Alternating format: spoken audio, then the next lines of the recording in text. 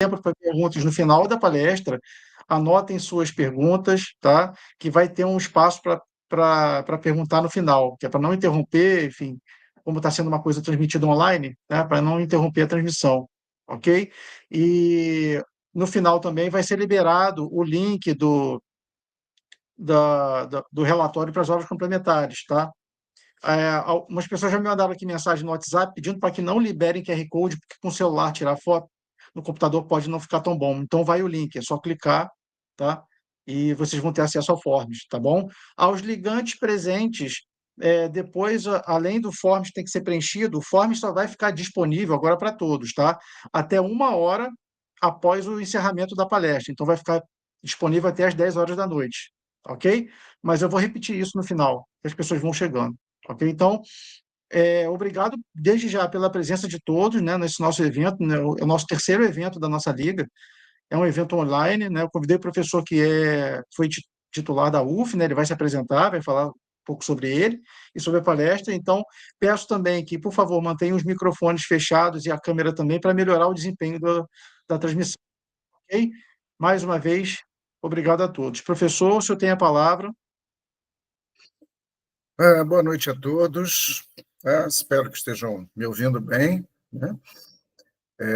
Que vocês devem estar também. Eu estou compartilhando os slides, então espero que esteja claro aí para vocês. Deixa eu ampliar aqui um pouquinho mais a tela, tá? Para mim. Em primeiro lugar, quero agradecer o convite, né, para compartilhar alguns conhecimentos, mas também algumas abordagens sobre esse tema, como já foi adiantado aí, de maior importância e que ultimamente tem sido muito divulgado, nos últimos anos, nas últimas décadas, né? Então, me coloco à disposição de vocês no final para responder algumas das perguntas ou questionamentos, né, que possam ser formulados, para que não haja interrupção da apresentação. Enfim, tá?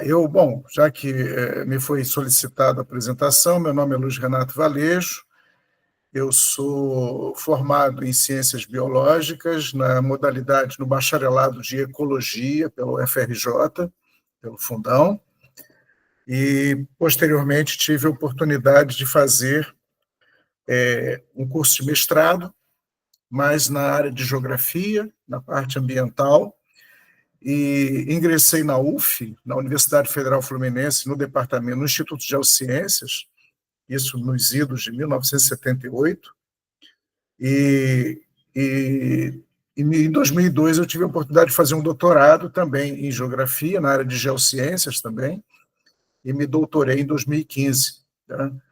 Então, eu hoje sou professor titular, né, da Universidade Federal Fluminense, apesar de que me aposentei em 2018, mas continuo em atividades, né,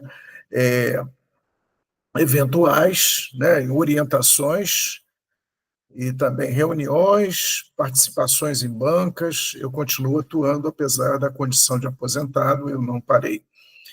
E aí, como eu disse, quero mais uma vez agradecer esse convite para falar sobre esse tema, que são as mudanças climáticas e saúde humana. Muito bem. A gente conversa com as pessoas, né, no dia a dia, e vocês sabem que nós estamos aí nos aproximando da primavera e daqui a pouco do verão. E não é incomum as pessoas comentarem a preocupação com o próximo verão. Assim como aconteceu no ano passado, né, e no ano retrasado, a cada verão, a cada período, né, mais quente, né, de primavera e verão, a gente tem experimentado temperaturas cada vez mais altas, né? Condições térmicas bastante altas, né, temperaturas muito altas, né, e isso tem preocupado as pessoas em geral. É claro que a gente não pode garantir que a percepção das pessoas em relação a esse assunto esteja associada a uma visão planetária, né? As pessoas sentem o calor, né? E, em certas circunstâncias, sentem o frio, né, que é natural, mas nem sempre elas associam essas mudanças, essas situações a possíveis mudanças em escala planetária, porque normalmente elas não têm essa percepção de um problema numa escala maior. É comum a gente perceber aquilo que nos afeta diretamente, né, no dia a dia, mas não conseguimos, muitas vezes, visualizar isso como um problema maior, né, que está acontecendo com o planeta, com a humanidade, o planeta. E, ao mesmo tempo que a gente vê situações de aquecimento extremo, né, a cada verão, a cada primavera, e nós vivemos num país tropical, numa região tropical, e somos muito afetados por isso, mas também os países da Europa.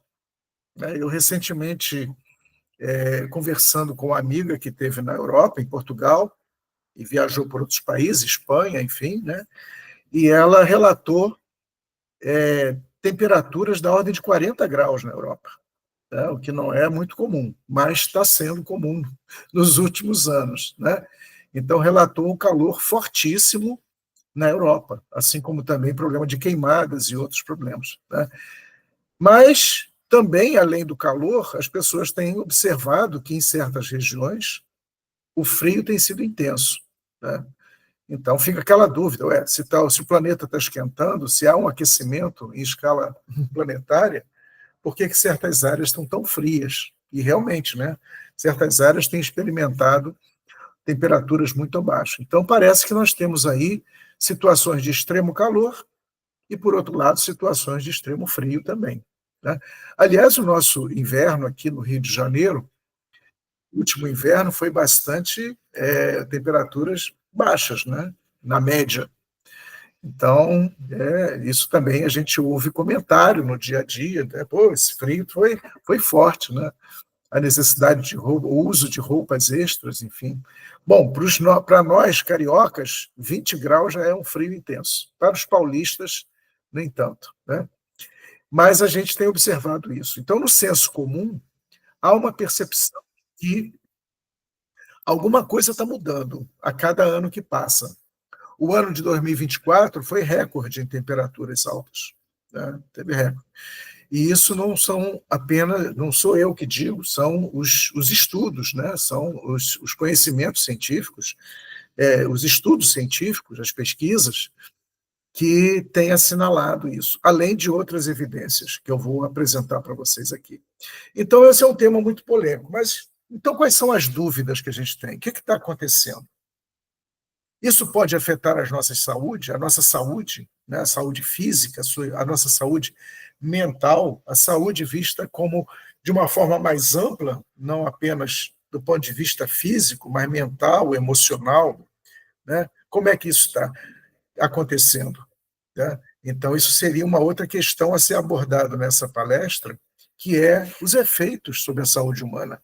É claro que saúde é um tema interdisciplinar. Ele não é um tema específico. Você pode considerar aspectos internos dos indivíduos, a questão genética, a questão fisiológica, né, hormonal, tem vários aspectos aí internos, mas a gente tem que considerar também fatores externos. Né? E o meio ambiente, né, as influências do ambiente, elas são importantes, porque somos seres vivos e somos submetidos às influências ambientais. Climáticas, né, alimentares, né, e daí por diante.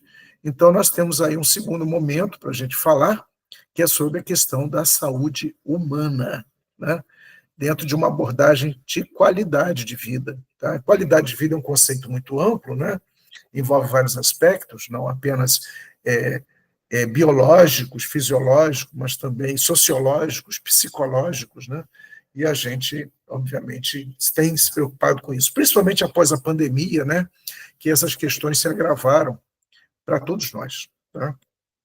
Então, vamos lá. Então, aqui nós temos um primeiro slide, né? É uma arte que não é minha, mas que mostra um pouco sobre essa questão da desconfiança, né? O planeta ali, né? Os olhos do planeta, que seriam os olhos de cada um de nós, desconfiado com esse termômetro aí que está demonstrando valores muito altos. Então, isso é mais ou menos uma arte que não é minha, mas que eu considerei bem interessante dentro desse trabalho que a gente está falando. A primeira questão que a gente vai considerar aqui é o conceito de mudança climática. A primeira coisa, tá? E o que dizem as Nações Unidas? Tá? O que dizem as Nações Unidas? Segundo as Nações Unidas, a ONU, as mudanças climáticas referem-se às variações de longo prazo nas temperaturas e nos padrões climáticos. Tá? Então, veja bem, mudança de temperatura e padrão climático a gente tem ao longo do ano, correto? Inverno, primavera, outono, verão, a gente tem as mudanças, né? Mas ele se refere aí às mudanças de longo prazo, em escala de tempo maior. Tá? Então, não são essas mudanças corriqueiras que nós estamos acostumados, mas mudanças que podem estar acontecendo numa escala de tempo maior, né? Ou por grande velocidade, por tempos cada vez menores também. Tá? E essas alterações térmicas e alterações climáticas, eles podem ter duas razões principais, duas grandes razões: causas naturais e causas humanas, né? Então, você pode ter aí as mudanças que o próprio planeta experimenta dentro do seu sistema solar, ou dentro da sua realidade de planeta, né? Ou pode ser por influência humana. Tá? Então, a gente vai ver um pouco disso. O nosso planetinha, né, o planeta Terra, ele é uma jovem senhora com 4,54 bilhões de anos. Tá? Dá para ter uma ideia, né, do que significa em termos temporais. Né? E nesse tempo todo, ocorreram muitas mudanças, né, em relação à atualidade. Então, por exemplo, eu vou usar aqui uma canetinha. Né? Então, por exemplo, a situação atual do planeta, né, em relação aos seus continentes, né, um pouquinho de geografia aqui, é que nós temos uma realidade, né, dos continentes, as Américas, a África, a Europa, né, a Oceania, enfim, nós temos essa realidade, mas nem sempre foi assim. Né? Há um tempo atrás, um tempo geológico, né, nós tínhamos, na verdade, uma grande massa de terra, que era conhecida como Pangeia. E essa massa de terra, por conta de processos terrestres, né, essas massas foram se dividindo e formando a atual configuração que nós temos. Tá? Então, houve uma mudança ao longo do tempo geológico nesses 4,54 bilhões de anos. Tá? Então, a Terra nem sempre foi a mesma. A realidade terrestre nem sempre foi a mesma. A realidade oceânica nem sempre foi a mesma. Então, isso mudou, até chegar aos padrões ou à realidade atual. Isso é um aspecto. Né? Deixa eu tirar essa canetinha aqui. Tá? E nesse tempo aqui, nós tivemos a evolução da vida. Tá? A evolução da vida representada por essa espiral do tempo, né, com os períodos geológicos, né, o pré-cambriano, os períodos mais antigos aqui no centro, né, nessa cor alaranjada, né, aliás, tijolo, vermelho, enfim. O pré-cambriano, a era paleozoica, que é esse amarelo aqui, a mesozoica, cenozoica, até chegar ao quaternário, que é a época atual. Tá? Então, esses 4,54 bilhões de anos é dividido em etapas. E nessas etapas, a vida se desenvolveu. Tá? De forma muito lenta, obviamente. Tá? O homem, nós, os Homo sapiens, estamos aqui no final desse tempo. Tá? Num período muito curto, considerando todo esse tempo de vida, de terra e de vida na Terra. Tá? Desde as primeiras formas de vidas mais rudimentares até a situação atual. Muitas formas de vida surgiram e desapareceram também, como os dinossauros, vocês sabem disso. Tá? Se nós utilizássemos uma linha do tempo, uma linha, quer dizer, uma ilustração linear, melhor dizendo, né, do início, aqui do início da Terra, dos processos que originaram a Terra até os dias atuais, nós teríamos mais ou menos essa visualização. Então, nesse tempo,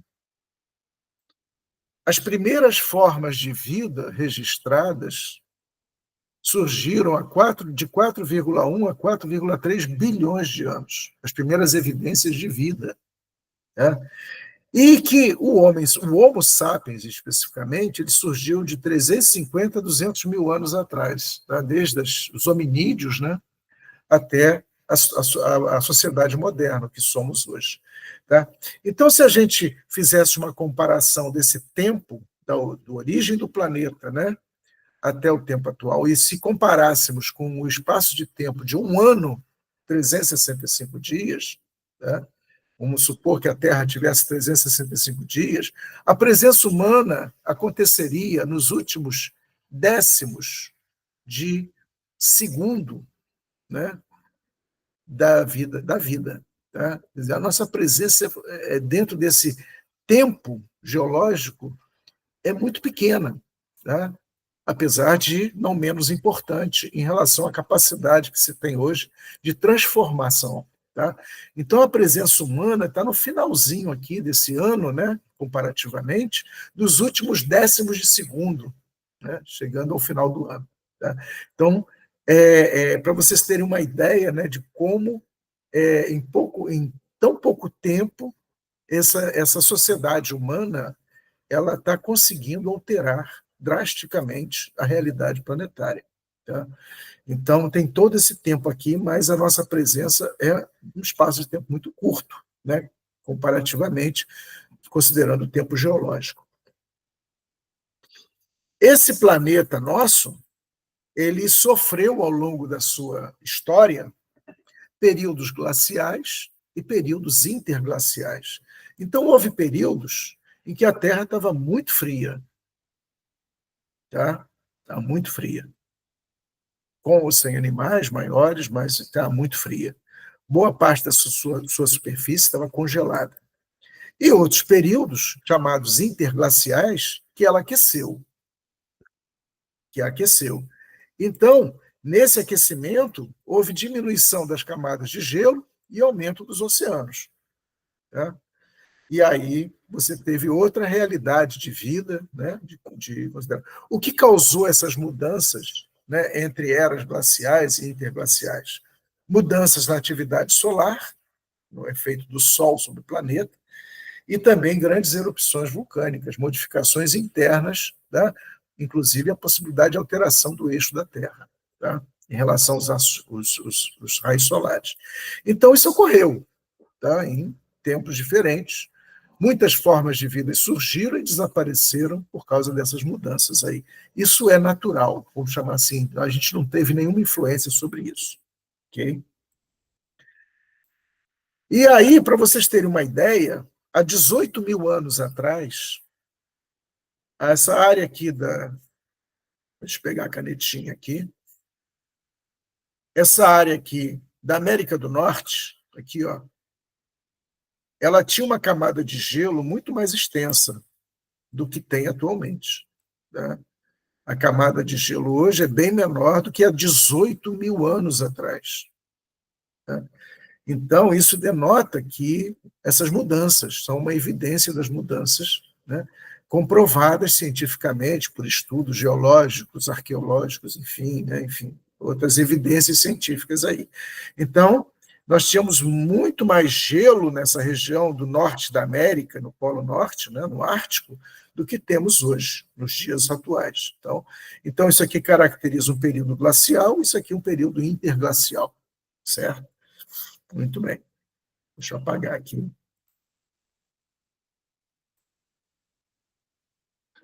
A história da humanidade, da mesma forma que a história do homem como ser vivo, biológico, é muito curta, dentro dessa história nós vamos encontrar a história da sociedade. E a história da sociedade também é bem curta comparativamente com os tempos geológicos. Tá? Os tempos geológicos. Então, por exemplo, o que nós chamamos de pré-história ocorreu há mais ou menos mais de 4 mil anos atrás. A Idade Antiga, Idade Média, Idade Moderna e o período contemporâneo, são os tempos atuais. Tá? Esse contemporâneo aqui é considerado a partir do século XVIII. E dois fenômenos, dois aspectos fundamentais foram a Revolução Científica e a Revolução Industrial. Então, dentro desse tempo curto que a gente está aqui, a sociedade evoluiu, né? E, recentemente, de 200 a 300 anos para cá, ela passou a ter uma capacidade de transformação muito grande, né? A partir da ciência e também da engenharia, né? Das máquinas, das indústrias, da produção em escala. Tá? Então, houve uma mudança considerável. Mas num tempo muito curto, quer dizer, de 300 anos para cá, a sociedade começou a ter uma capacidade de transformação, não só local, mas planetária. Tá? Então, quer dizer, esse tempo curto aqui tem sido suficiente para grandes mudanças que a gente tem observado. E aí nós temos a sociedade moderna com uma capacidade de transformação violenta. E através de quê? Da Revolução Industrial, da Revolução Científica, como eu mencionei há pouco, mas principalmente de uma revolução energética. Uma revolução energética que possibilita hoje a exploração de combustíveis fósseis, como petróleo, carvão, né? O carvão mais antigo até, né? E o petróleo mais recentemente, e a queima em grande escala para atender às necessidades humanas. Então, hoje nós vivemos numa sociedade que precisa de muita energia, e boa parte dessa energia provém dos combustíveis fósseis, do petróleo, né, do carvão, que, na verdade, existem graças a todas as formas de vida que pereceram ao longo da história geológica.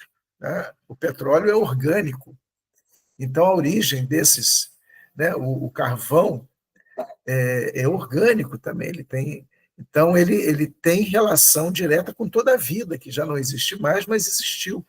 E aí a utilização dessas fontes energéticas passou a gerar uma quantidade enorme de subprodutos, de resíduos, né, de efluentes, através, né, dessa queima.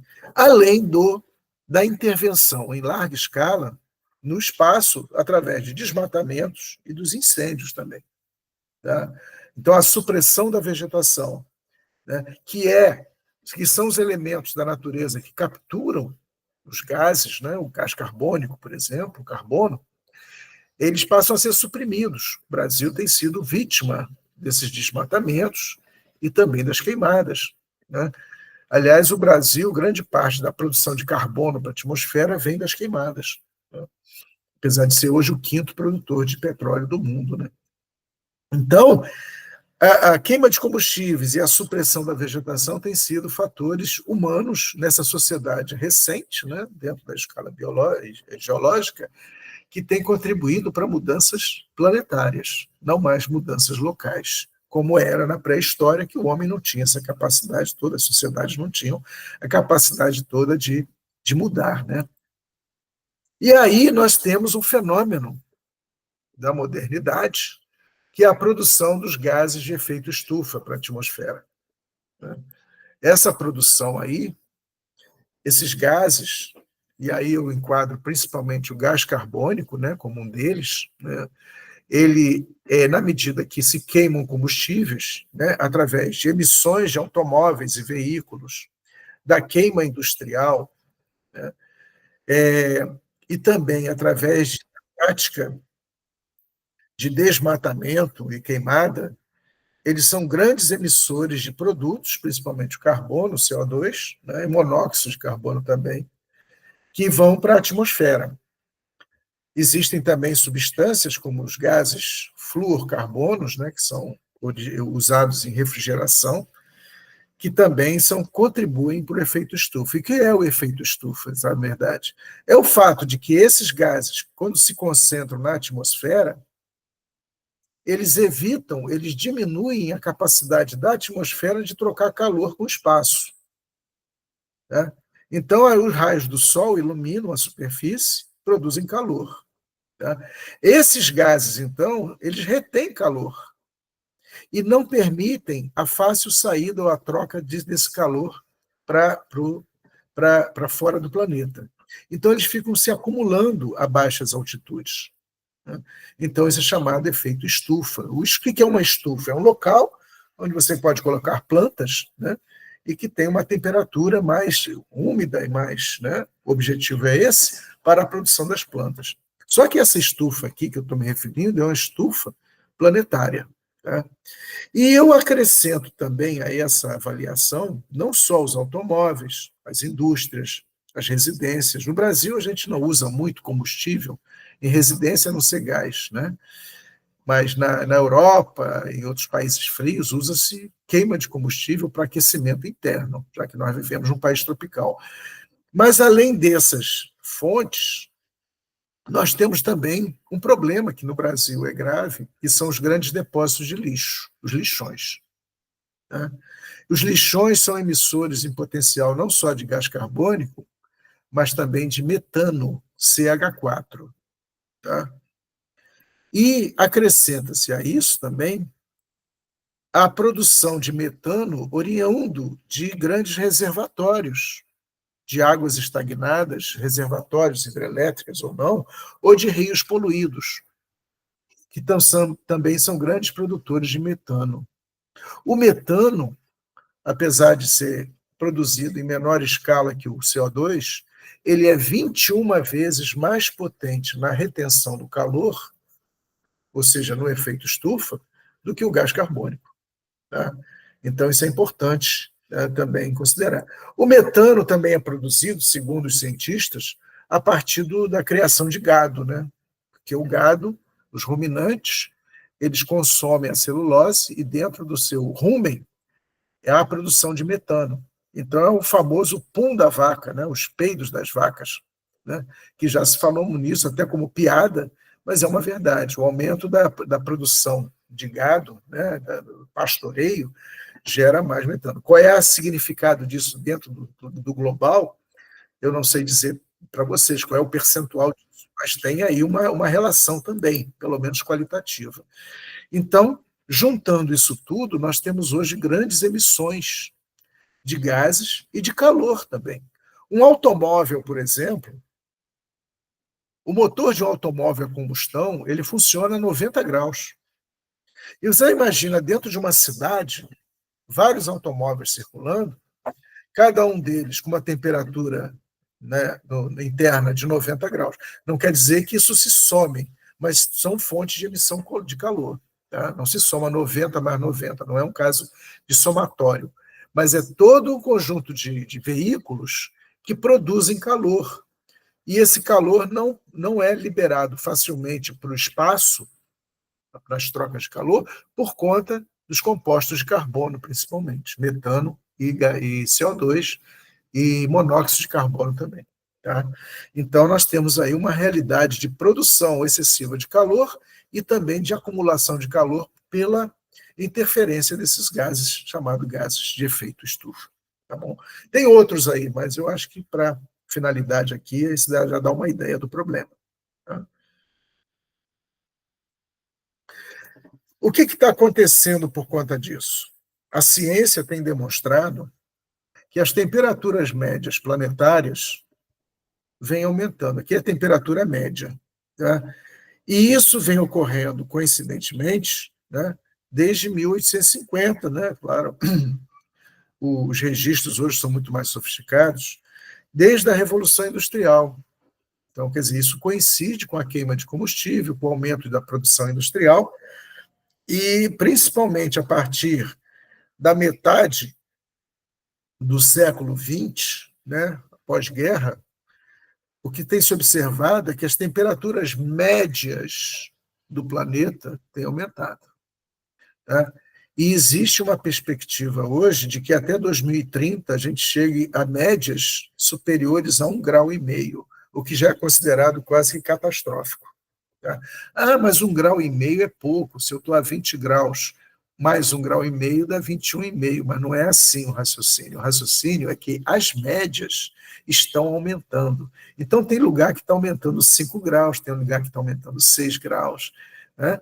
E aí, na média, né, planetária, está havendo um aumento. E os dados demonstram isso, tá? Principalmente. Então, isso tem uma relação direta com a queima de combustíveis, tá?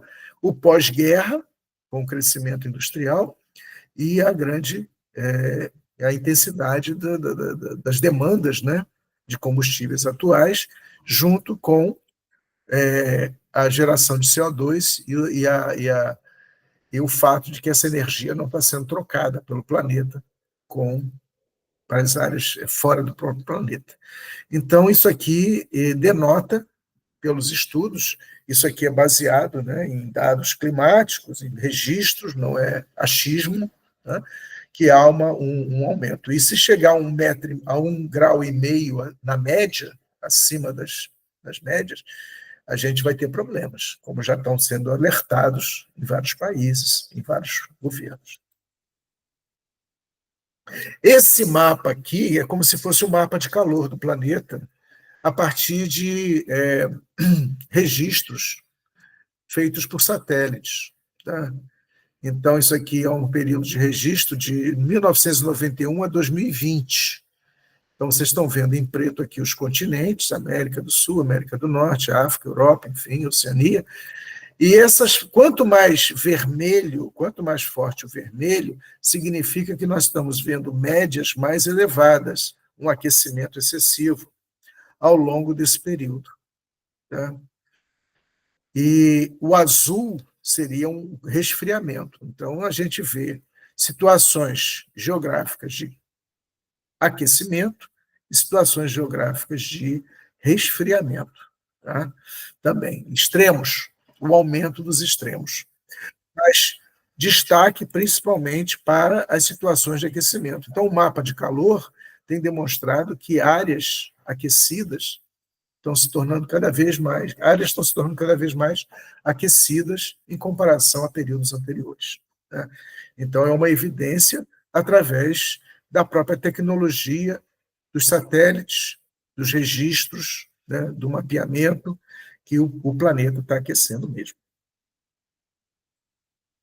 E essa questão do aquecimento, cientificamente, é claro que ainda existe muita gente que nega isso. Como é que está aquecendo se o inverno em tal lugar está muito intenso? Mas é isso mesmo, tá? Aquece demais em alguns lugares e resfria demais em outros. São os extremos que vão se acentuando. Então, principalmente em relação ao aquecimento, nós temos o problema do excesso de calor, que se manifesta não só no planeta, mas local e regionalmente, né? O aumento das temperaturas, multiplicando as chamadas ondas de calor. Não vamos falar nela mais adiante, os efeitos à saúde. Tá? O risco da elevação do nível do mar. Por quê? Se eu tenho mais calor, isso está gerando mais descongelamento das áreas frias, né, ao norte, ao sul, e esse volume de água congelado ele passa a aumentar. Da mesma forma que nós tivemos períodos glaciais e interglaciais, e que isso mudou, mas por razões externas, isso está acontecendo hoje por influência humana, social, das sociedades e da queima de combustíveis. Né? Então, influência sobre os mares, acidificação dos oceanos, tá? Isso está relacionado à questão do gás carbônico, e essa acidificação pode mudar a produção, né, aquática, né, a aquacultura, em relação à produção de corais, à produção de espécies animais e vegetais. Né? Então, a acidificação por conta de um processo químico associado ao próprio gás carbônico na água, e também efeitos sobre as chuvas. É claro que nós vamos ter casos extremos, falta de chuvas em alguns lugares e excesso de chuvas em outros. São dois extremos associados ao mesmo problema. Tá? E uma evidência local, a gente tem, por exemplo, com essas imagens da Groenlândia. Em 1984, a superfície da Groenlândia, mapeada, vista do espaço, ela tinha uma extensão X, que em 2020, a mesma área, ela já apresenta uma extensão menor, né, de recobrimento de gelo. Né? E em 2023, numa visão mais em zoom, né, em detalhe, a superfície da Groenlândia com várias áreas sem vegetação, né, que antes eram cobertas por gelo. Em 2018, eu fiz uma viagem ao Canadá, a minha experiência pessoal, alguns parques nacionais canadenses, onde a atratividade está em visitar as geleiras nas áreas altas. E em todos os locais que nós visitamos, os guias falaram que a cada ano que passa, e eles estão monitorando isso, a distância dos pontos de acesso até as geleiras está aumentando, ou seja, há uma regressão das camadas de gelo em direção às montanhas. Está diminuindo a área gelada. Tá? Então, isso a gente observou em loco lá nos parques canadenses e os guias mencionando essa situação de descongelamento que tem sido registrada cientificamente. Eles têm que andar cada vez mais em direção às geleiras para mostrar as geleiras às pessoas, que é uma atração turística e tem um aspecto econômico nisso também na economia do turismo canadense. Isso eu tive a oportunidade de ver, não de observar a mudança, mas o relato dos guias. Tá? Então, isso está sendo. E qual é a importância, o que isso pode significar? As zonas frias nos polos planetários, no norte e no sul, eles funcionam como grandes refrigeradores do planeta. Tá? Eles emanam, né, ventos frios para as áreas mais quentes. Tá? Então, se você diminui as áreas frias, você vai ter um efeito de refrigeração do planeta.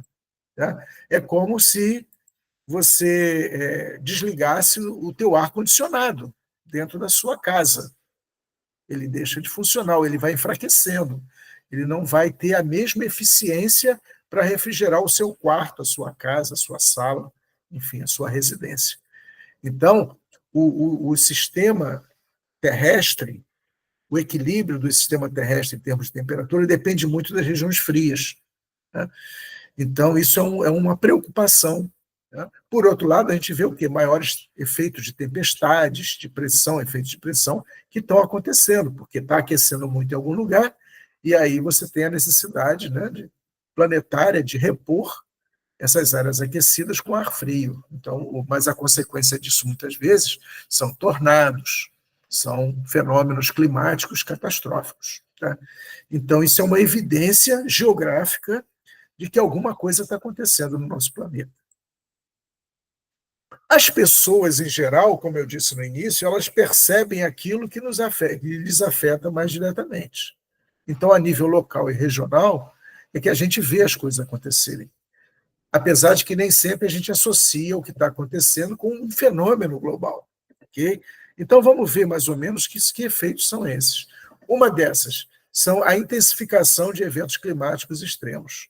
Tornados, furacões, ventanias, tá? Inundações, desertificação.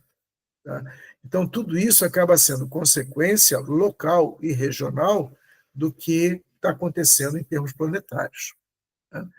Então, a gente tem visto, né, que os furacões no hemisfério norte, os tornados, aqui a gente não tem furacão no Brasil, né, mas ultimamente tem acontecido tornados, né, documentados, inclusive, em maior intensidade. O Brasil é um dos países com maior nível de intensidade elétrica por tempestades. Né? Então, na medida que aumentam as chuvas torrenciais, você pode ter também mais efeitos sobre as descargas elétricas, né, associadas com isso. As inundações por causa das chuvas torrenciais. Né? E, por outro lado, as secas. Então, os extremos tendem a se acentuar. Né? Isso tem sido documentado e relatado como um problema sério em algumas regiões. As inundações, como ocorreram, por exemplo, no Rio Grande do Sul, no Brasil, né, no ano passado, e esse ano parece estar ameaçando novamente. É claro que isso não é só por razão climática, não. Tá? Tem fatores humanos de planejamento, crescimento desordenado das cidades, falta de políticas públicas, tem uma série de outros fatores. Né? Normalmente, os políticos culpam a natureza. Eles não culpam por falta de políticas públicas, de intervenções, de planejamento e tal. Né? Mas há um fator ambiental aí associado com essas mudanças planetárias. Então, as inundações, inclusive nas nossas cidades, né? As cidades litorâneas, inclusive, sujeitas a isso, mesmo sendo litorâneas, elas estão sujeitas às inundações, né? E todos os prejuízos que advêm dessas inundações. Né? Isso significa também um problema de saúde pública, que a gente possa ter uma água aí misturada com esgoto, né? E com envolvendo um meio de proliferação de micro-organismos e doenças também. Isso a gente pode adiantar para vocês. Né? Então, aqui a gente está vendo o problema das inundações que tem se agravado em muitas cidades pelo Brasil e pelo mundo. Outro problema é a elevação do nível dos mares. Isso já tem sido sentido, sim. Tá? Não é balela, não. Claro que nós estamos vendo aqui uma ressaca em Ipanema, né?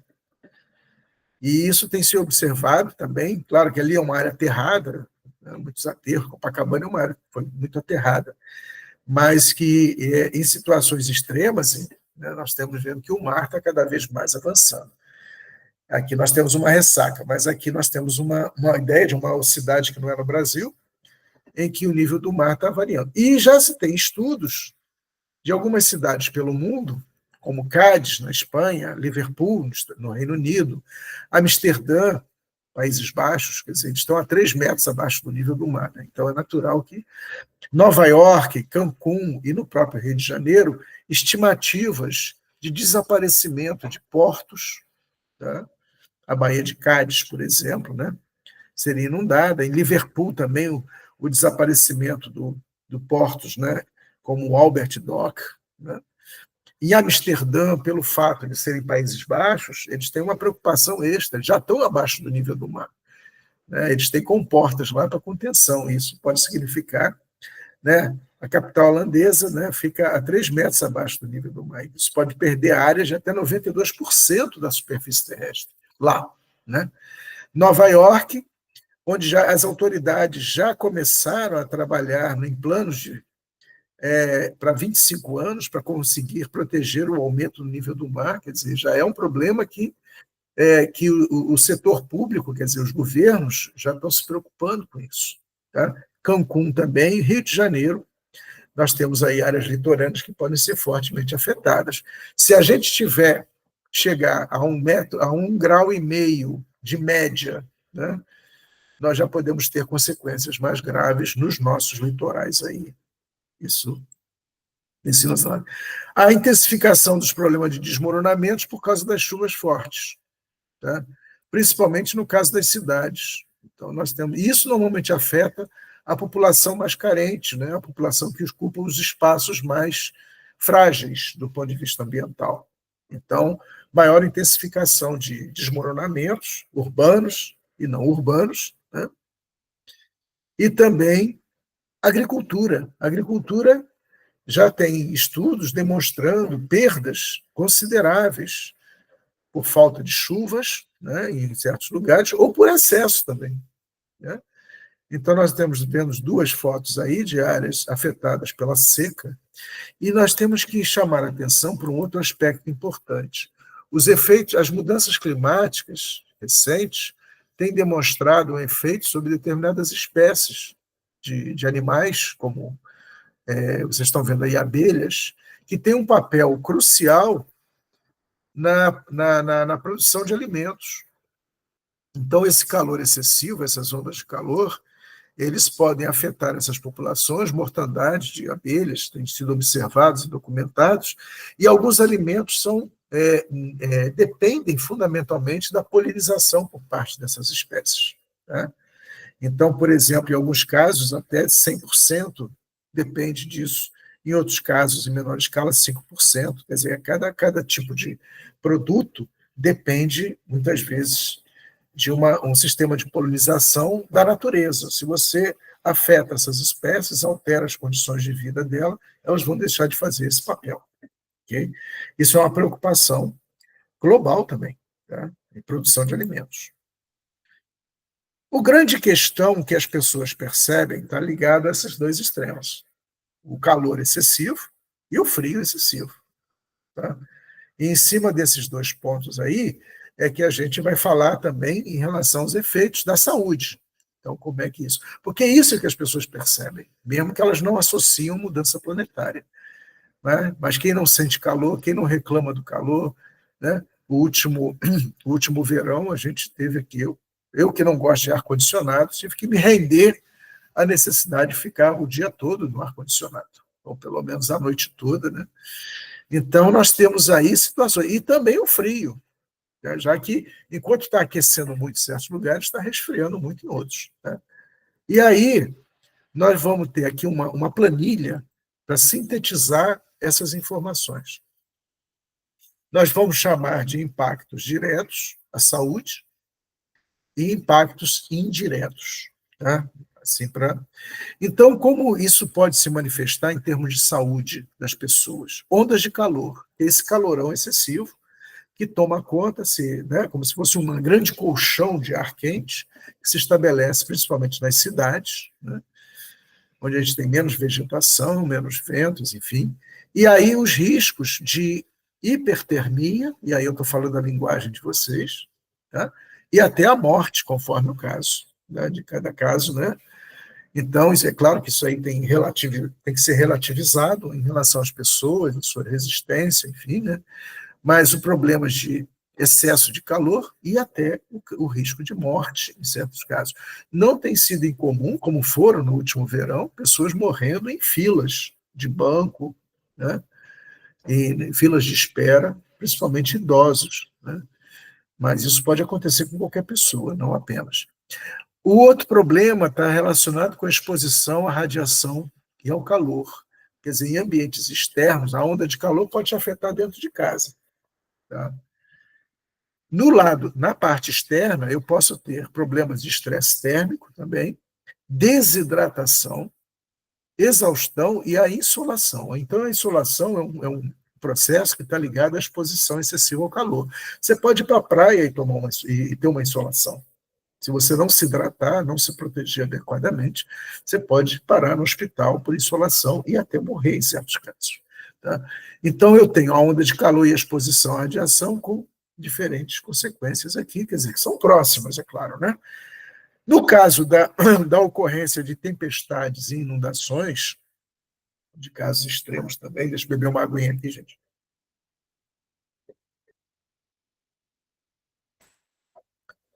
De tempestades e inundações, eu posso ter efeitos de graves lesões, afogamentos, doenças transmitidas pela água, que também são consideradas efeitos indiretos. Tá?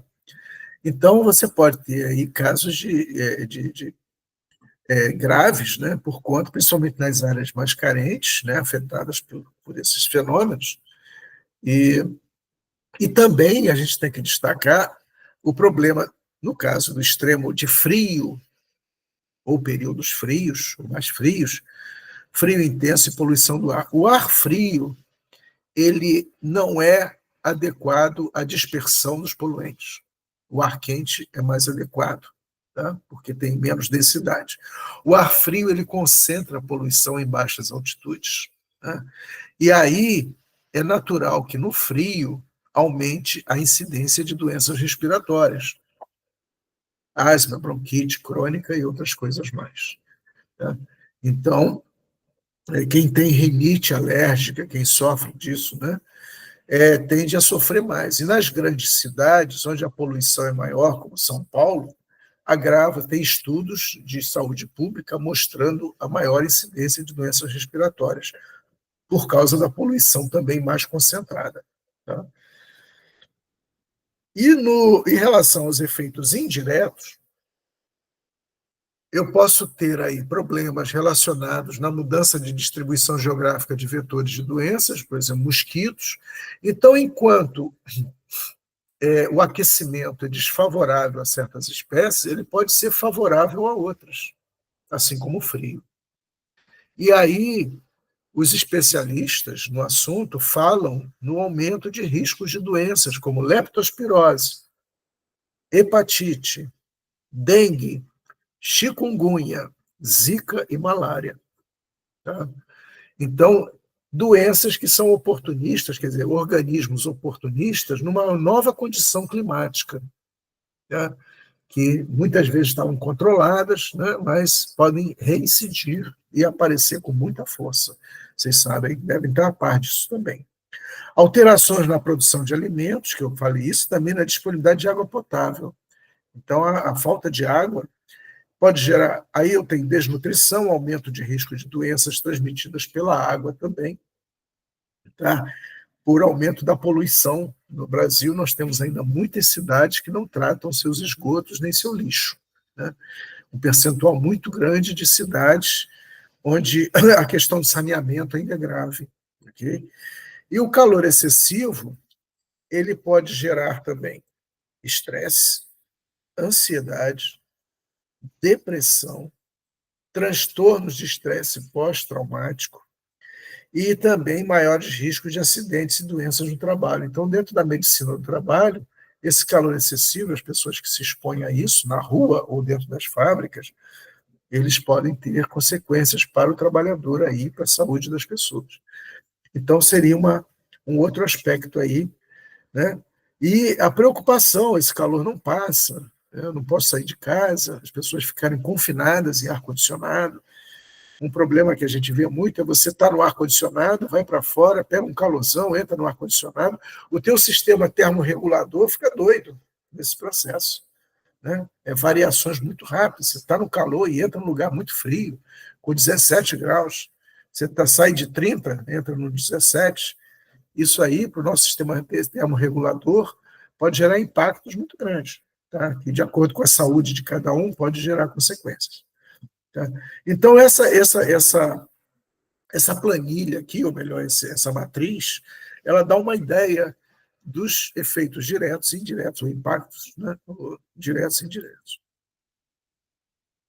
Aqui nós detalhamos um pouco mais os problemas da exaustão de calor comparada, quer dizer, as zonas de calor com a insolação. Então, por exemplo, sensação de desmaio ou tontura, tá? No caso, suor excessivo, isso é uma necessidade do organismo, botar esse calor para fora. Pele fria e pegajosa, náusea ou vômitos, batimentos cardíacos rápidos, teu sistema tem que bater, tem que acelerar para poder eliminar esse excedente de calor, né? Senão a temperatura vai aumentar. A temperatura da máquina humana, né, vai aumentar. E também as câimbras podem ser comuns.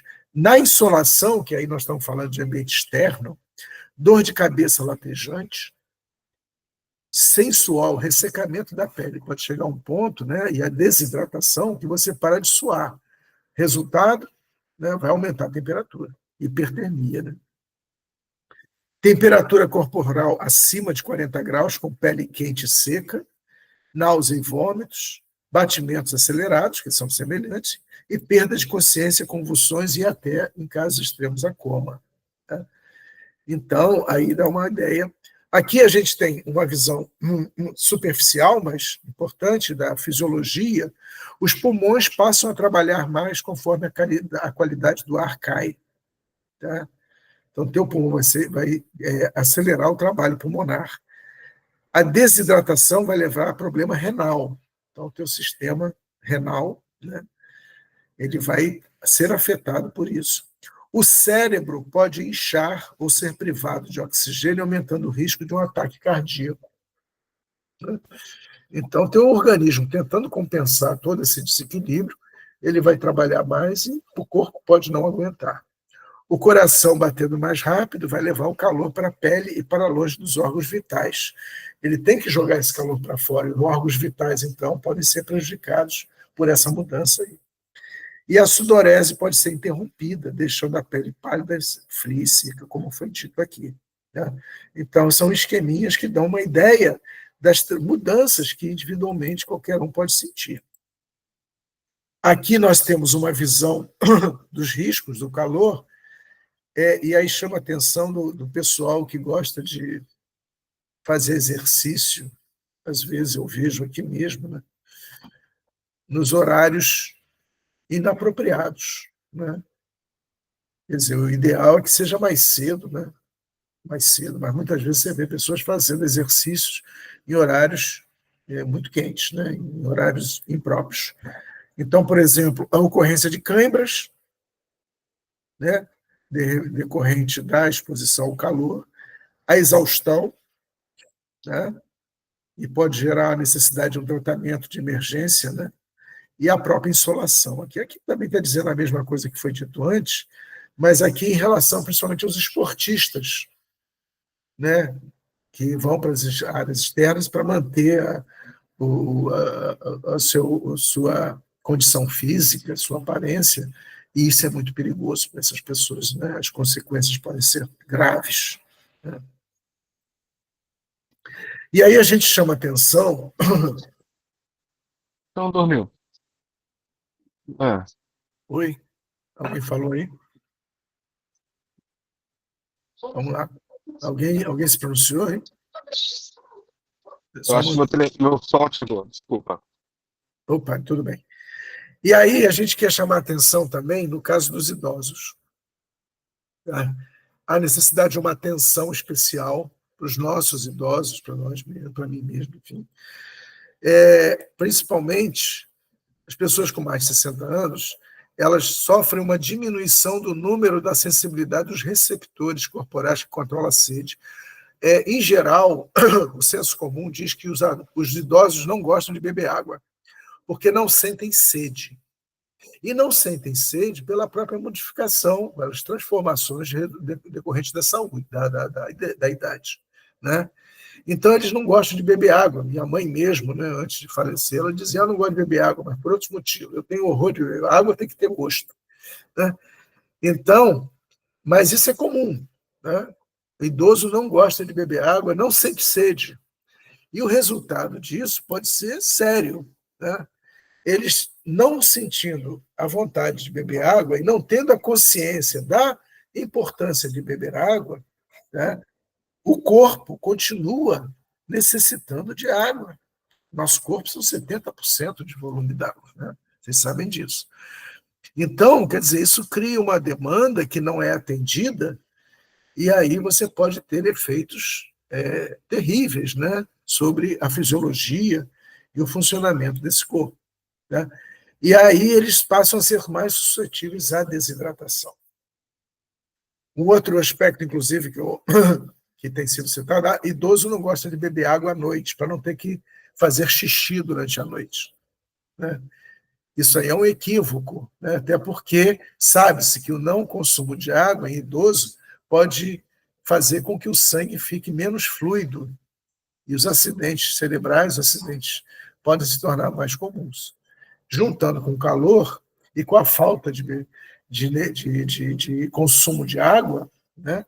Isso pode ter efeitos terríveis sobre a fisiologia dessas pessoas, né? Nossas, não é das nossas. Então, a questão de beber água não é beber a Coca-Cola, eu bebo Coca-Cola, eu bebo cerveja, tem muita água. Sim, mas isso você está sobrecarregando seus rins e está sobrecarregando seu pâncreas, né?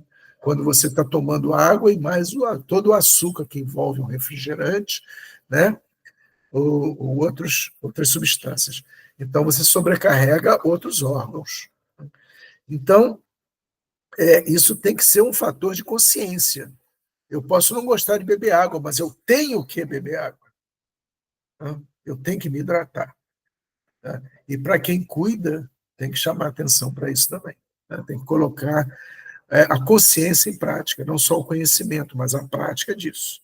Eu tenho o hábito há muitos anos de beber água regularmente, quando durmo, como acordo e durante o dia.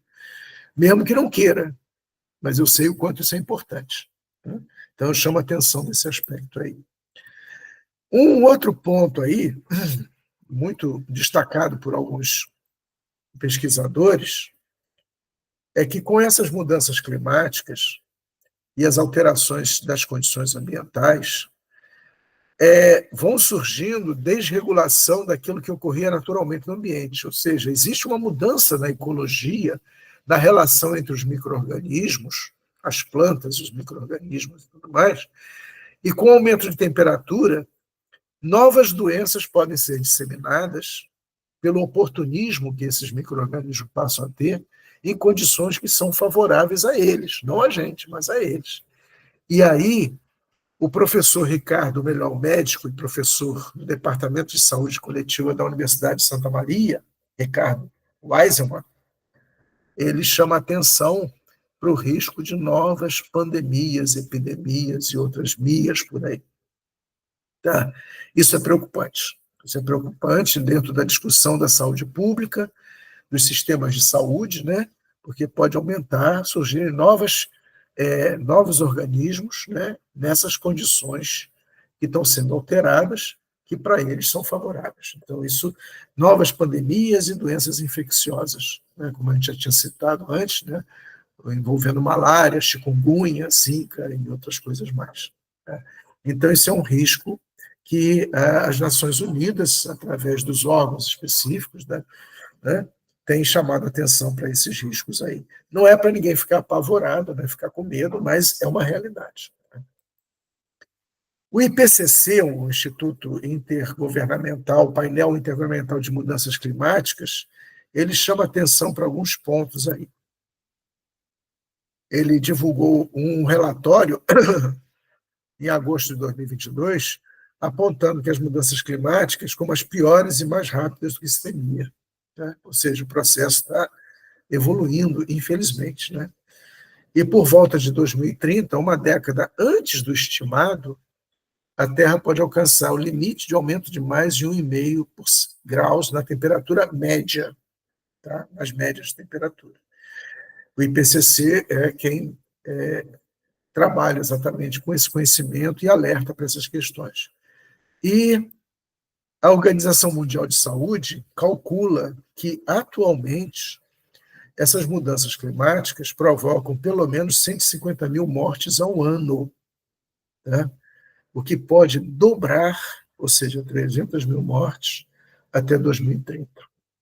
Tá? É claro que nisso você tem mudança climática, condições de insalubridade, de saneamento, tem um monte de coisa aí junto. Mas eles chamam atenção para essa possibilidade, junto com o aumento da temperatura média, de aumentar o número de mortes.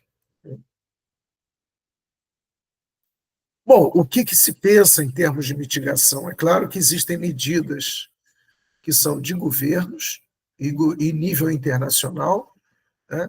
E medidas, né, mais locais ou regionais que precisam ser adotadas. Algumas delas, a necessidade, evidentemente, de reduzir as emissões de gases de efeito estufa para diminuir o aquecimento global. Isso aí tem sido discutido há muito tempo, mas as medidas efetivas sempre são insuficientes. Tá? Mesmo que hoje você tenha mais carros elétricos, mais o uso da energia elétrica, de energia alternativas, o número de automóveis vem aumentando cada vez mais. Tá? E emissões também. Porque não são automóveis, às vezes, né? Tem outras fontes aí, como eu assinalei. Então, a questão da redução, isso aí requer acordos internacionais. E nós temos hoje uma realidade no mundo muito desfavorável por parte de algumas potências, como o próprio Estados Unidos. Os Estados Unidos se recusa, já assinou e hoje se recusa a participar desse debate. Né? Que é a primeira economia, ou segunda, né, já que a China está crescendo muito nesse aspecto, implementação de medidas para a proteção da saúde humana de eventos climáticos extremos. Então, a questão da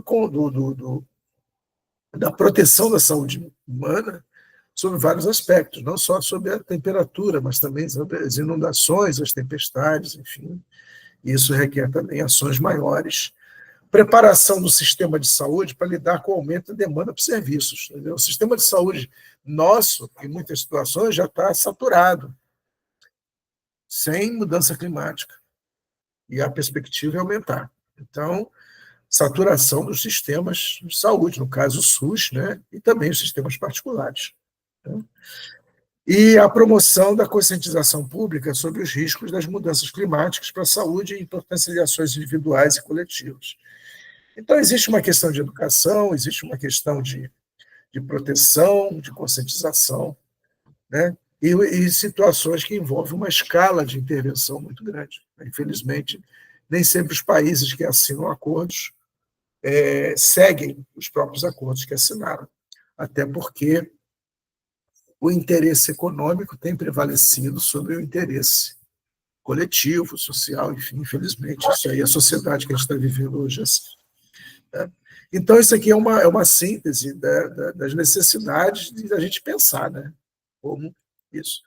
Eu estou finalizando, até porque a voz está indo embora também. Algumas referências bibliográficas, eu falei com o Rafael que eu vou deixar um PDF e também a gravação dessa palestra, para quem quiser ver com calma depois, assistir com calma. E também, se você colocar no Google Acadêmico, né, usando as expressões mudança climática e saúde, você vai achar muita coisa. Eu vou ler aqui algumas 5 referências, né? Se vocês podem depois, através do link, né, no PDF, isso aqui vai aparecer como link, e podem acessar ou fazer pesquisas em outros tempos. Tem muita coisa hoje produzida nesse campo aí, que vocês podem acessar de acordo com o interesse de vocês. Mas eu acho que isso é um assunto que toda a classe médica atual e futura tem que se envolver. É um problema de saúde pública. E aí eu finalizo agradecendo a atenção de vocês, né? E me colocando à disposição, caso haja alguma pergunta, alguma colocação, alguma intervenção, né, em relação ao tema. É um tema complexo, é um tema amplo, mas que a gente espera aqui ter ajudado a trazer alguma luz, né, a essa questão. Tá? Então, é isso aí. Pessoal, todo mundo me ouvindo. Primeiro, eu quero agradecer ao professor Luiz Renato pela disponibilidade, né? E a gente está abrindo agora o espaço para alguma pergunta que venha surgir, alguma dúvida, né? Quem quiser fazer alguma pergunta, o momento agora é esse. Pode escrever aqui no chat ou pode levantar a mãozinha aqui, abre o microfone, faz a pergunta, tá? E agora o espaço é nosso aqui para a gente poder debater. Quem quiser, fica à vontade. Eu tô com o chat aberto aqui, eu posso visualizar alguma coisa que vocês queiram. Tá. Alguém tem alguma pergunta a fazer? Eu tenho uma, inclusive muito pertinente ao local que a gente estuda, né? Eu vou fazer a pergunta então, tá? Professor, a gente estuda na Universidade de Castelo Branco e é uma região de Realengo, né, zona oeste do Rio de Janeiro. O Uhum. senhor bem disse que em alguns locais a gente tem essa sensação térmica maior, mas acredito também que pela questão geográfica do local, né? Como a zona oeste do Rio, ali, especificamente Realengo e Bangu, é muito quente, a gente tem a sensação de muito quente, muito calor, né? Então, no verão passado, chegamos a registrar alguns picos ali de 47 graus, né? Em pleno verão, né? Dá praticamente frita um ovo na calçada, né? Para dizer assim, né? E assim, como é que o senhor pode explicar para a gente, né? Porque imagina que uma situação local onde você tenha uma sensação térmica maior, né? O calor está maior, vai haver ocorrência de maiores registros de acidentes cardiovasculares, né? Como infarto, desidratação, AVC, né?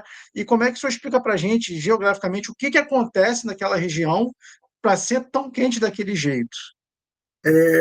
Pela geografia mesmo. Ali você tem uma área, né, a Zona Oeste ali, e os bairros de Bangu, Realengo, Campo Grande também, né, que estão entre montanhas.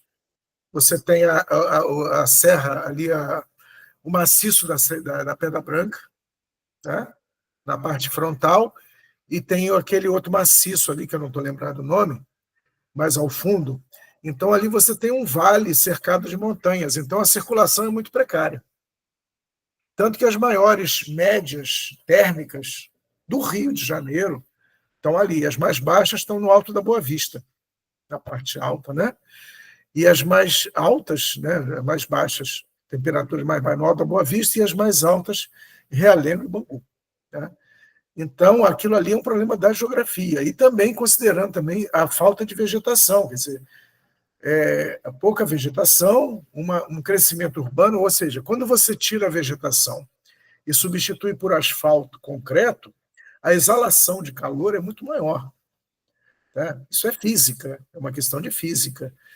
A incidência de luz numa superfície de asfalto, comparativamente a uma área florestal ou uma árvore, ela é muito mais intensa em termos de emanação de calor. Então, você tem uma área de crescimento, tá? De pouca vegetação, cercada de montanhas. Então, é geografia mesmo. Tá? Então, ali você haveria necessidade de intervenções, né, em termos de poder público, de maior reflorestamento, e tem o problema dos incêndios também. Por exemplo, o Parque da Pedra Branca já sofre incêndios regulares ali, o que ajuda ainda mais a produzir calor. E quando chega nessa época, que vai de maio a setembro, é onde a gente tem mais incidência de incêndios criminosos, às vezes. Balões também, né? Tem tudo isso. Então, você tem uma conjugação de fatores que dificulta a dispersão do calor, mesmo estando perto do mar. A distância do mar não é grande, mas as barreiras naturais ali, a Pedra Branca e o maciço Gelicinó, se não me engano, né? Mendanha Gelicinó, que fica ao fundo, né?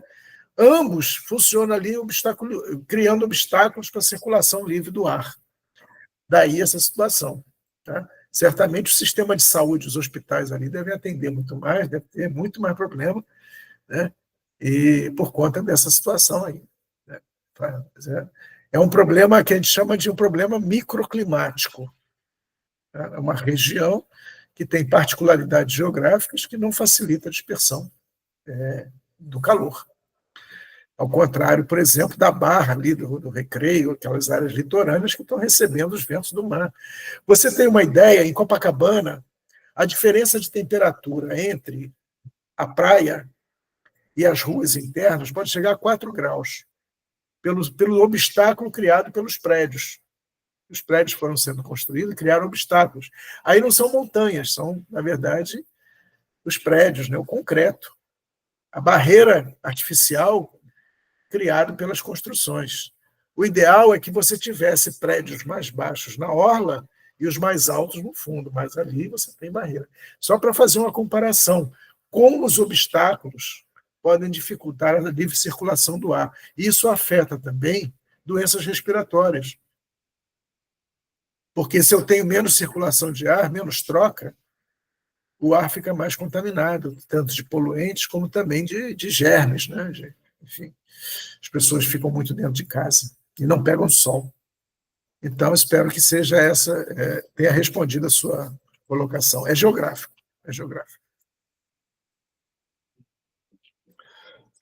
Oi. A Raquel quer fazer uma pergunta que ela mandou. Você pode falar, Raquel? O que é que eu fale?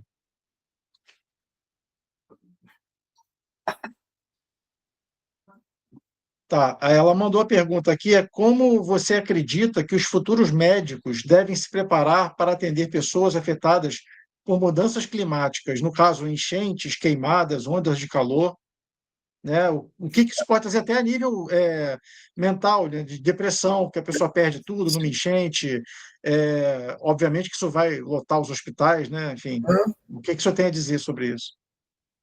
Na verdade, o que eu vejo a necessidade da formação dos médicos de uma forma mais integral, né?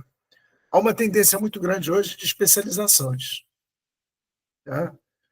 Os médicos, a medicina, assim como a farmácia, enfim, tudo aquilo que trabalha junto com a medicina, de valorizar a especialidade e a medicação. Tá? Então, eu entendo, eu não sou da área médica, né? Mas eu entendo a necessidade de se ter uma visão mais integral do ser, inclusive a questão mental, emocional. O pandemia e o pós-pandemia, em relação aos problemas de saúde mental, muito grande. Eu tenho vários amigos, amigas, psicólogas, que estão com muitos pacientes, muitos deles a partir da pandemia. Tá? Então, eu acredito que isso também vai ser, não só a pandemia, mas também esses eventos climáticos, essas situações, o próprio medo que se tem em relação, não que elas tenham consciência das mudanças do planeta, mas aos problemas imediatos que estão aí, que você não tem como fugir dele. O frio, por exemplo, você se cobre, você se veste. O calor, você tem que procurar se refrigerar. Né? Então, é o contrário. Então, eu acho, quer dizer, os sintomas são aqueles que vocês normalmente lidam nos prontos-socorros, né? E a expectativa é que aumente cada vez mais. O ideal seriam campanhas de prevenção, hidratação, né? Os cuidados, que é um problema no nosso país. Investe-se muito pouco em educação. E educação não só na escola, mas a educação não formal, a educação através dos meios de comunicação. Hoje você tem a internet, que é um veículo fantástico, apesar de que se divulga muita bobagem, mas é um veículo fantástico, de grande penetração, que pode ser usado para educar nesse sentido, né? Que a gente está fazendo aqui, por exemplo, e isso se expandir para as pessoas se hidratarem, se cuidarem, porque tem alimentação também, né? A alimentação. A pessoa que está com deficiências minerais, ela pode ser vítima muito mais rapidamente dos efeitos do calor. Então, é isso, né? Eu acho que o médico, dentro do contexto do atendimento, ele acaba sendo um elo muito frágil, né? Dentro do atendimento, porque ele está recebendo uma situação que ele tem, o paciente tem uma história, um histórico familiar, tem uma série de aspectos que a gente não sabe o que está acontecendo, mas ele está recebendo isso, né? Mas eu temo porque haver uma intensificação dos atendimentos por conta dessas ondas de calor. E a tendência é que o próximo verão seja mais grave do que o último, né? Então, o que eu diria é que os médicos precisam ter uma visão mais integral do indivíduo e menos especializada. Isso não é crítica, não, mas a gente vê isso até para a gente mesmo, né? Para a gente mesmo. A gente entende que isso vai ser realmente, já está sendo, né, um problema assim, de extremo de saúde pública, né? Sem dúvida. E essa questão de calor intenso, muita gente infartando, muita, né? Bom, eu acho que o entendimento ficou bem claro isso para a gente, que, né, isso é um problema, vai piorar se a gente não fizer a nossa parte, né, para tentar reduzir consumo, enfim, né, e várias medidas de contenção dessas questões, né? Alguém quer perguntar mais alguma coisa? O professor está à disposição? Não? Bom, Oi, Rafa, eu vou professor, perguntar. Opa, oi, fala, Tiago. pode dizer. Boa noite, né? Nós sabemos que o aumento, né, climático, né, é inerente e tende a se agravar. E você conseguiria pontuar quais pontos deveriam ser necessários e obrigatórios para a amenização desse fato?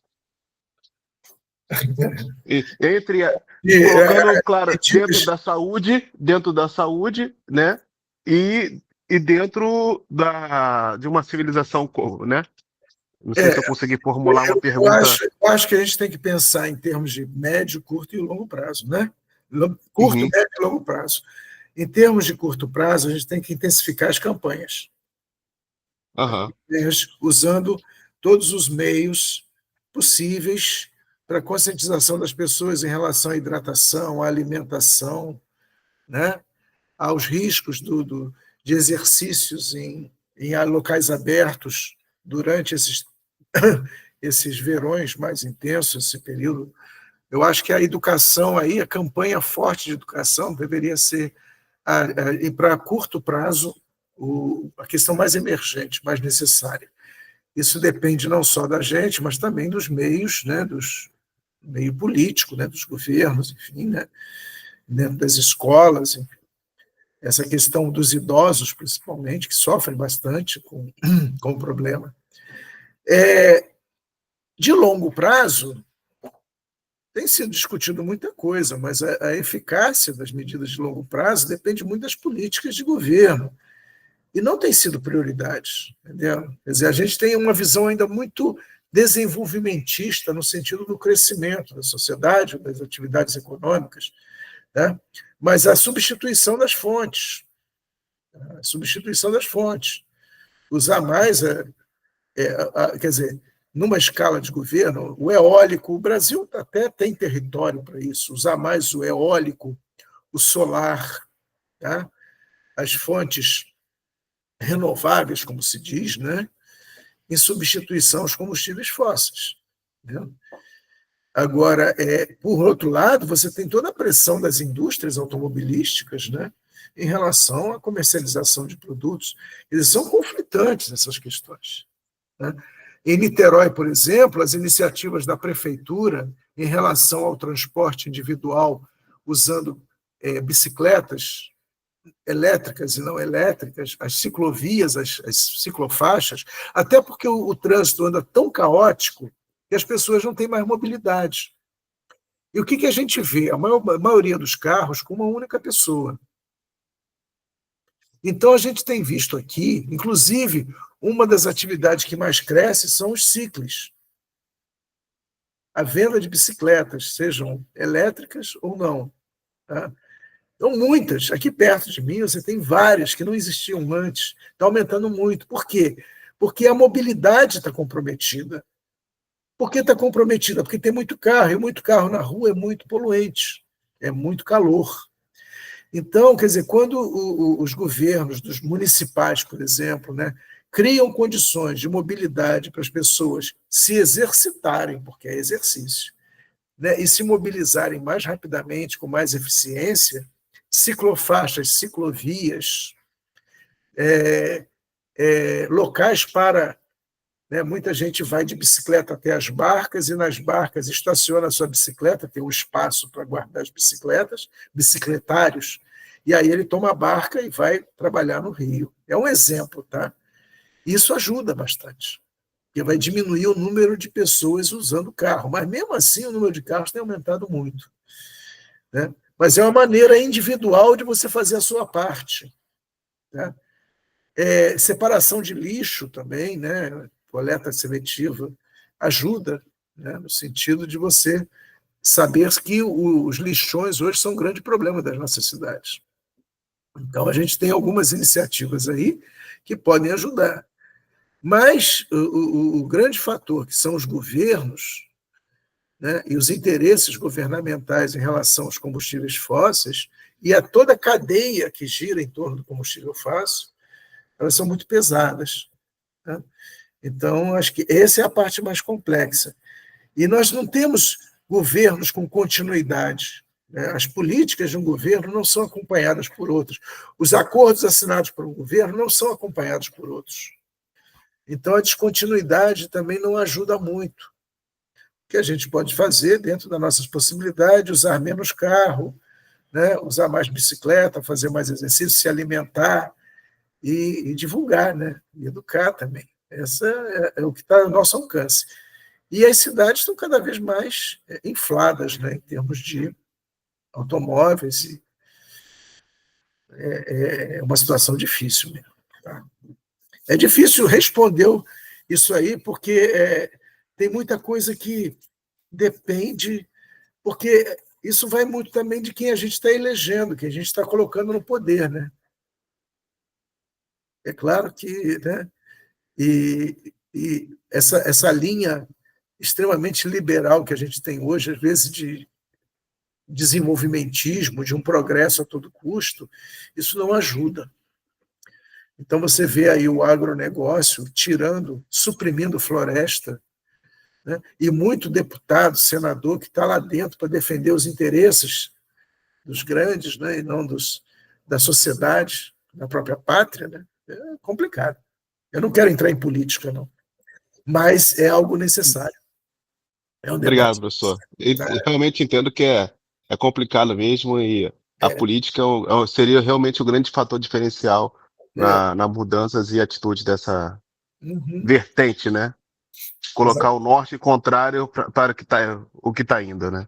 Isso aí. Obrigado pela resposta, obrigado pela atenção. Valeu, Diogo. Boa noite. Tem mais uma pergunta aqui que o Ramon está fazendo. Ele pergunta se o senhor acredita que pode acontecer um novo período glacial, partindo do princípio que sempre temos após um período de aumento de temperatura elevado. Né? Se tem algum... Olha só, eu não sou especialista nisso, não. Eu tenho uma conhecida, colega, que foi minha aluna e hoje é professora da UF, que trabalha com essa parte de... Inclusive, ela faz pesquisas na Antártida. Vez por outra, ela está lá naquela estação, né? e faz pesquisas. Talvez ela pudesse responder, não está aqui, obviamente, sobre essa questão em escala de tempo maior. Se a gente vai enfrentar uma nova fase glacial dentro desse contexto de aquecimento. Não sei. Tá? Não sei. Entendi. Bom. Não sei responder para você, não, mas pode ser que sim, pode ser que não, acho que... Enfim. O problema crucial é que nós estamos hoje numa sociedade com uma capacidade de transformação muito grande. Né? Então... Esse é o resumo do conteúdo, na verdade, né? Exatamente. Bom, gente, é isso. Alguém mais alguma pergunta? Não? Bom, professor... Você pode colocar no chat aquele link, né? Sim, o link agora do pessoal vai liberar o link que eu coloquei no Google Forms, tá? Isso. Acessem esse link para as horas complementares, tá bom? Aos ligantes depois presentes, eu vou colocar a carga horária maior, tá? Porque os ligantes que participam dos eventos recebem carga horária dobrada, tá? Professor, em nome da Liga Acadêmica de Morfofisiologia Humana da Universidade de Castelo Branco, eu te agradeço imensamente pela disponibilidade, tá? Espero que o senhor possa estar sempre com a gente, debatendo esses temas que são extremamente pertinentes à saúde humana, tá? Principalmente nós estamos no setembro, que é o mês de combate à depressão, e o senhor bem disse que isso influencia muito na alteração, né, desse quadro, né, da humanidade, né? Ainda mais que pós-pandemia isso tem piorado demais, né? Então, eu te agradeço. Vai chegar no e-mail do senhor um certificado de da palestra, né, de participação, de ter palestrado pela faculdade, pela Liga, tá? E agradeço imensamente pela disponibilidade, mais uma vez, em nome da Liga e da Universidade de Castelo Branco. Eu que agradeço, ressaltando que essa apresentação ficará gravada. Eu vou passar o link, vai ficar no YouTube, eu tenho um canal no YouTube. Eu vou colocar o link e vou disponibilizar o PDF. Tá bom? Eu vou parar a gravação aqui, tá? Que eu não parei ainda. Ok, pessoal.